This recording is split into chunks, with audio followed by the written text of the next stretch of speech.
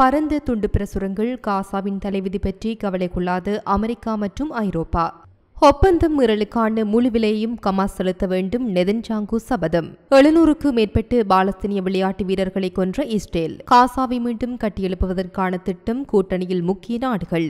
ஹமாஸினால் கூறப்படும் முடிவை போர் நிறுத்தத்தின் மீறல் என முத்திரை குத்திய ட்ரம்ப். ஜெனினின் மீதான இஸ்ரேலின் தாக்குதல்கள். தப்பியோடிய 40,000க்கும் மேற்பட்டு பாலஸ்தீனியர்கள். பாலஸ்தீனியர்களை கட்டாயமாக வெளியேற்றுவதாக அச்சுறுத்தும் துண்டு பிரசுரங்கள் காசாவில் தோன்றியதாகவும் அமெரிக்காவோ அல்லது ஐரோப்பாவோ அவர்களின் தலைவிதியை பற்றி கவலைப்படுவதில்லை என்று கூறுவதாக கூறப்படுகின்றது. கூறப்படும் ஆவணத்தில் நகல் சமூக ஊடகங்களில் வெளியிடப்பட்டதன் பின்னர் துண்டு பிரசுரங்கள் இருப்பதை பிராந்திய ஊடகங்கள் செய்தி வெளியிட்டன. உங்கள் நிலைப்பாட்டை மறுபரிசீலனை செய்யுங்கள். காசாவின் அனைத்து மக்களும் இல்லாமல் போனாலும் உலக வரைபடம் மாறாது. யாரும் உங்களுக்காக வருத்தப்பட மாட்டார்கள். யாரும் உங்களை பற்றி கேட்க மாட்டார்கள். உங்கள் தவிர்க்க முடியாத விதியை எதிர்கொள்ள நீங்கள் தனியாக விடப்பட்டுள்ளீர்கள் என குறித்த துண்டு பிரசுரத்தில் குறிப்பிடப்பட்டுள்ளது.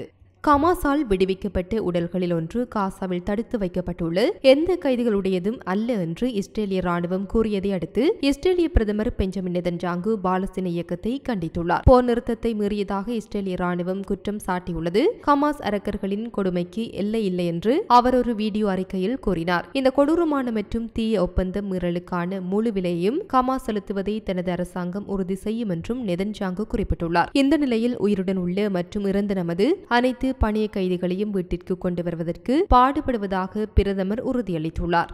இந்த நிலையில் பாலஸ்தீன உரிமைகளுக்காக கால்பந்து ரசிகர்கள் குரல் கொடுத்துள்ளனர். பிப்ரவரி 12 அன்று கிளாஸ்கோவில் பேஜர் முனிச்சிற்கு எதிரான ஆட்டத்தில் முதல் போராட்டத்தை தொடங்கிய போது கிரீன் பிரிகேட் அணியை சந்திக்க AJ+க்கு அரிய வாய்ப்பு வழங்கப்பட்டது. பாலஸ்தீன கால்பந்து சங்கம் மே 2024 பீபாவிடம் சமர்ப்பித்த முன்மொழிவுக்கு பதிலளிக்கும் விதமாக ரசிகர்களின் இயக்கம் வருகின்றது.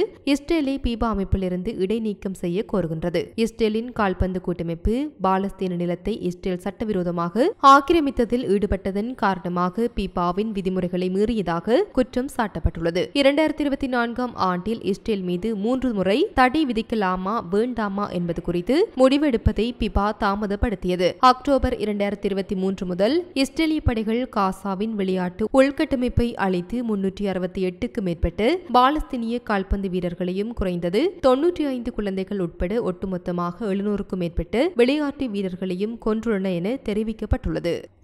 கெய்ரோவின் முன்மொழியப்பட்டு அரபு தலைமையிலான காசாவை மீண்டும் கட்டியெழுப்புவதற்கான திட்டம் குறித்து கவனம் செலுத்துவதற்காக எகிப்து, ஜோர்டான் மற்றும் வளைகுடா நாடுகளின் தலைவர்கள் இன்று சவுதி தலைநகர் ரியாத்தில் சந்திக்க உள்ளனர். இந்த நிலையில் காசாவின் பாலஸ்தீன மக்களை நிரந்தரமாக அகற்றி அந்த பகுதியை மத்திய கிழக்கின் ரிவியரா வாகன மற்றும் ஜனாதிபதி ட்ரம்பின் சர்ச்சைக்குரிய திட்டத்திற்கு மாற்றாக அரபு நாடுகள் முயற்சித்து வருகின்றன. காசாவின் ஆரம்பகால மீட்பு மற்றும் மறுகட்டமைப்புக்கான விரிவான பலகட்ட திட்டத்தை கெய்ரோ தீவிரமாக உருவாக்கி வருகின்றது என எகிப்தின் வெளியுறவு அமைச்சர் பாத்ர் அப்தல் லட்டி திங்களன்று உறுதிப்படுத்தினார். முக்கியமாக இந்த திட்டம் பாலஸ்தீனியர்கள் கடலோர பகுதியில் மீண்டும் கட்டமைக்கப்படும் போது அங்கேயே இருக்க செய்யும். எகிப்திய அரசு ஊடகங்களின்படி கெய்ரோ இந்த திட்டத்தை அடுத்த வாரத்திற்குள் இறுதி செய்யும் என்று எதிர்பார்க்கப்படுகின்றது. அதே நேரத்தில் அதன் முதல் கட்டம் கெய்ரோவில் அவசர அரபு உச்சி மாநாட்டிற்கு பின்னர் ஆரம்பமாகும் என்றும் தற்போது மார்ச் 4ஆம் தேதி திட்டமிடப்பட்டுள்ளது என்றும் தெரிவிக்கப்பட்டுள்ளது.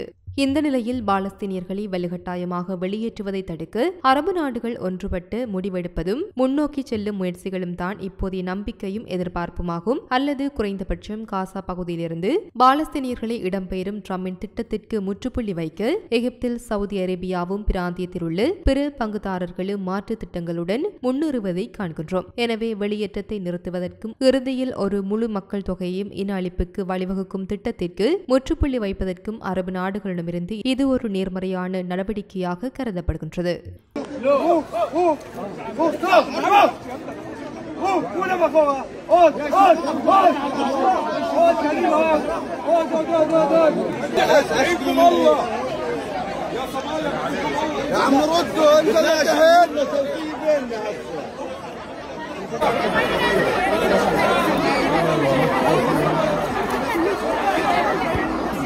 பணிய கைதிகள் விவகாரங்களுக்கான ஜனாதிபதி ட்ரம்பின் சிறப்பு தூதர் ஆடம் போக்லர் ஷிரி பிபாஸுக்கு பதிலாக அடையாளம் தெரியாத ஒரு உடலை விடுவிப்பதற்கான ஹமாஸினால் கூறப்படும் முடிவை கொடூரமானது என்றும் போர் நிறுத்தத்தின் தெளிவான மீறல் என்றும் முத்திரை குத்தியுள்ளார். நான் அவர்களாக இருந்திருந்தால் அனைவரையும் விடுவிப்பேன் அல்லது அவர்கள் முழுமையான அழிவை சந்திக்க நேரிடும் என்று அவர் CNN செய்தியிடம் குறிப்பிட்டுள்ளார். இஸ்ரேலிய ராணுவத்தின் குற்றச்சாட்டுகளை தொடர்ந்து சனிக்கிழமை திட்டமிட்டிருந்த அடுத்த இஸ்ரேலிய கைதிகளுக்கான பாலஸ்தீன கைதி பரிமாற்றம் இன்னும் நடைபெறுமா என்பது தெளிவாக தெரியவில்லை. இந்த கூற்றுக்கள் குறித்து ஹமாஸ் இன்னும் கருத்து தெரிவிக்கவில்லை.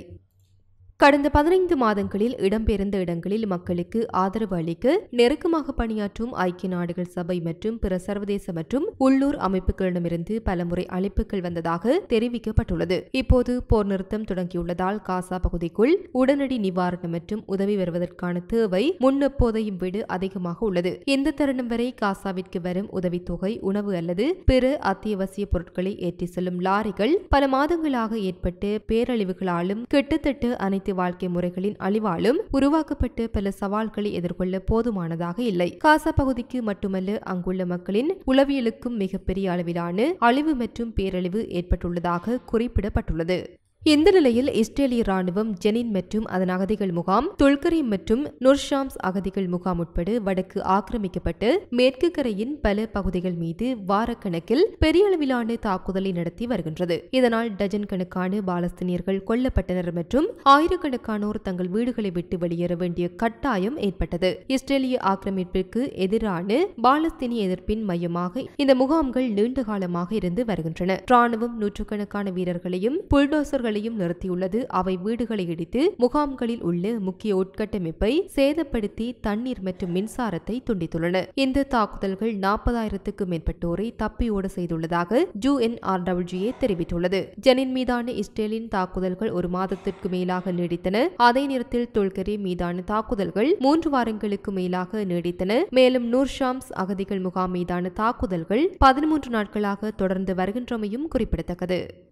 ஹமாஸின் ஆயுத பிரிவான கஸ்ஸாம் பிரிகேட்ஸ் அரபு லீக்கின் உதவி பொதுச் செயலாளர் ஜோசம் ஜாகி காசாவில் ஹமாஸ் அதிகாரத்தை கைவிடுவது பாலஸ்தீன மக்களின் நலனை பிரதிநிதித்துவப்படுத்தும் என்று கூறியதாக வெளியான செய்திகளில் ஆச்சரியத்தை வெளிப்படுத்தும் ஒரு அறிக்கையை வெளியிட்டுள்ளது. பல்வேறு உரையாடல்களின் போது ஒரு தேசிய ஒருமித்த அரசாங்கத்தை அமைக்க ஒப்புக்கொள்வது உட்பட காசா பகுதியை நிர்வகிப்பதற்கான அரசியல் மற்றும் நிர்வாக அணுகுமுறைகளை வகுப்பதில் நாங்கள் மிகுந்த நெகிழ்வுத்தன்மையை காட்டியுள்ளோம் என்று ஹமாஸ் கூறியது. போருக்கு பிந்திய காசா பகுதியில் நிலைமை தொடர்பான அனைத்து முடிவுகளிலும் தேசிய ஒருமித்த கருத்துக்கு உட்பட்டு ஆக்கிரமிப்பு அல்லது அமெரிக்காவின் எந்த ஒரு தலையீட்டிலும் இருந்து விலகி பாலஸ்தீன மக்களின் உயர்ந்த நலனை மையமாக கொண்டு ஹமாஸ் தொடர்ந்து செயல்படும் என்பதை நாங்கள் உறுதிப்படுத்துகின்றோம் என அந்த அறிக்கையில் கூறப்பட்டுள்ளது. இந்த நிலைப்பாட்டை ஆதரிக்கவும் அரபு தேசிய பாதுகாப்பு அமைப்பை அச்சுறுத்தும் எந்த ஒரு திட்டத்தையும் நிறைவேற்ற அனுமதிக்க கூடாது என்றும் அரபு லீக்கை நாங்கள் கேட்டுக்கொள்கிறோம் என ஹமாஸ் குறிப்பிட்டுள்ளது.